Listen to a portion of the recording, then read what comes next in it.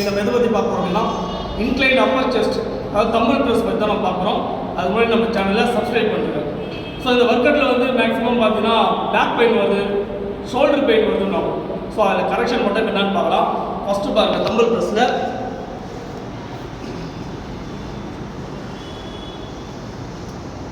நீங்கள் கரெக்டாக தம்பல் ப்ரெஸ் ஆகும்போது டச் பண்ணக்கூடாது, ரெண்டு தம்பில் வந்து டச் ஆகக்கூடாது.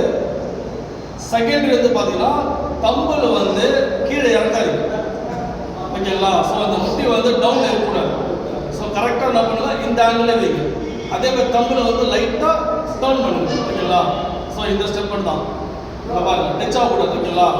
1 2. அதேமாரி ஷோல்டருக்கு நேராக வைக்காதீங்க, செஸ்ட்டுக்கு நேராக வைங்க. ஸோ இது 3 பாயிண்ட் மட்டும் தான்.